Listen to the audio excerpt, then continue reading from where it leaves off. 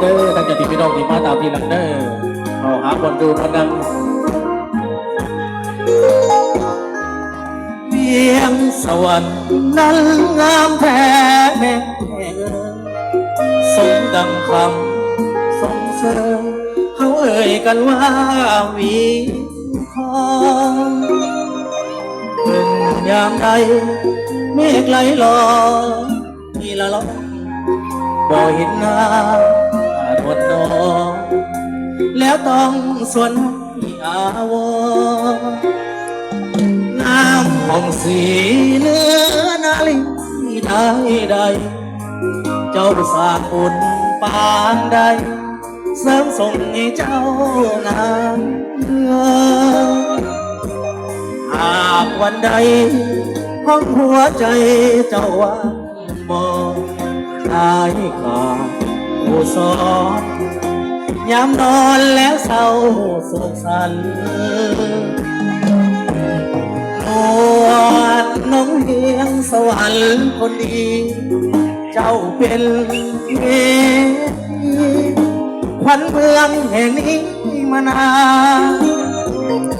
เนื้อนวลขาวของสองขวงแก้มเบ่งบานงามยิ่งในบ่ปาน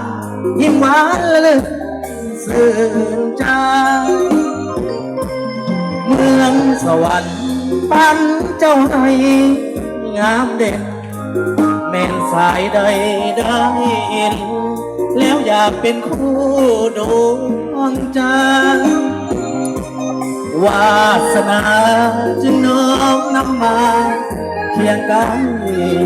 สมกับดวงใจไฟฝัน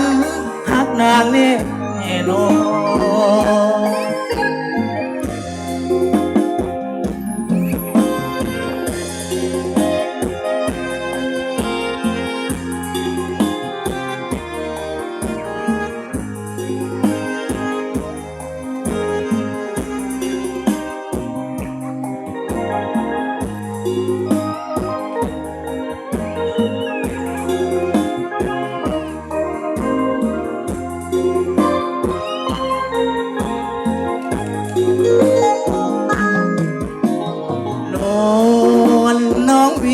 สวรรค์คนดี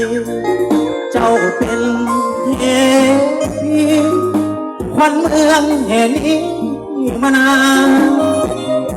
เนื้อนวลขาวของซอกห่วงแก้มเบ่งบานงามยิ่งใดบ่ปานยิ่งหวานละลึกสื่นใจเมืองสวรรค์ปานเจ้าให้งามเด่นเบนสายใดได้เห็นแล้วอยากเป็นคู่ดวงใจวาสนาจึงน้อมนำมาเคียงกันสมดังดวงใจไฟฝันหักนางนี้แน่นอน